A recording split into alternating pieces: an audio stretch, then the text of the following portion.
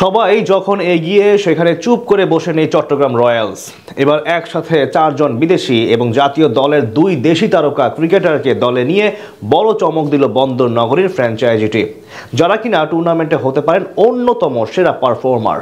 তাদের সঙ্গে আছেন পাকিস্তানের এক নামকরা মিস্ট্রি স্পিনার।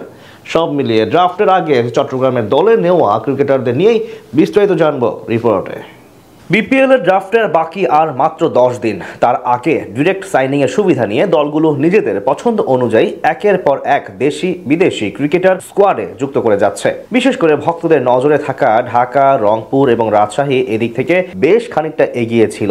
একইভাবে সিলেটও যুক্ত করেছে ওডিআই কাপ্তান মেহেদী হাসান মিরাজ এবং নাসুম আহমেদকে। এদিক থেকে অবশ্য আগের 2 দিন কিছুটা নিশ্চুপ ছিল চট্টগ্রাম রয়্যালস, কিন্তু এবার নীরবতা ভাঙল তাদের। একদিনে 4 বিদেশি সহ মোট 6 জন ক্রিকেটার দলে নেওয়ার ঘোষণা দিল বন্দর নগরীর প্রতিনিধিরা। 2026 বিপিএল মাঠে গড়াবে 5 দল নিয়ে। এরই মাঝে ক্রিকেটারদের দল বদল নিয়ে মাঠের বাইরের লড়াই জমে উঠেছে। বিসিবি থেকে জানানো হয়েছে প্রতিটি ফ্র্যাঞ্চাইজি নিজেদের পছন্দ অনুযায়ী 3 জন করে দেশি ক্রিকেটার সরাসরি চুক্তির ভিত্তিতে দলে নিতে পারবে। আর সেই সুযোগকে কত বেশি ভালোভাবে ব্যবহার করতে পারে সেই প্রতিযোগিতা চলছে সবার মাঝে, যেখানে বাকি দলগুলোর মতোই বাজিমাত করলো নবাগত ফ্র্যাঞ্চাইজি চট্টগ্রাম রয়্যালস। দলটির প্রথম দেশি সাইনিং ছিলেন জাতীয় দলের নিয়মিত এবং গুরুত্বপূর্ণ সদস্য শেখ মাহাদি হাসান। ডানহাতি এই অফ স্পিনারকে বুকিং দিয়ে রেখেছে তারা। বিপিএল এ এখন পর্যন্ত 5 দলের হয়ে 73 উইকেট নেওয়া এই বোলারের ইকোনমি রেট মাত্র 7.28। ব্যাট হাতেও কার্যকরী ইনিংস খেলার সামর্থ্য রয়েছে তার। ব্যাট হাতে করেছেন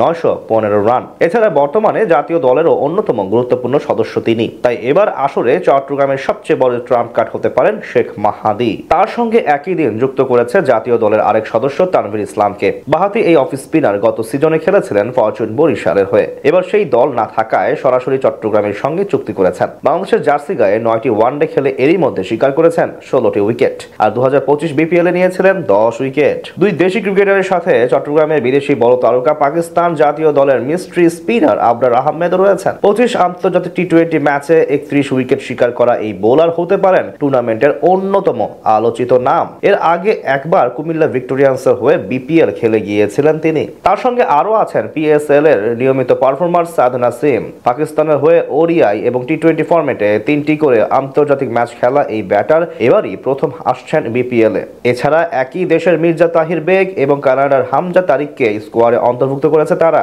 পাকিস্তানি বংশোদ্ভূত হামজা 20টি আন্তর্জাতিক টি20 ইনিংসে ব্যাট করে 324 রান করেছেন 160 এর উপরে স্ট্রাইক রেটে। সব মিলিয়ে বলা চলে বাকিদের তুলনায় তত বড় নাম না ভেরালেও বেশ ভালো পরিকল্পনা নিয়েই এগিয়ে যাচ্ছে চট্টগ্রাম রয়্যালস। উল্লেখ্য, আগামী 19 নভেম্বর ঢাকার একটি 5 তারকা হোটেলে কথা রয়েছে প্লেয়ার্স ড্রাফট অনুষ্ঠিত হবার।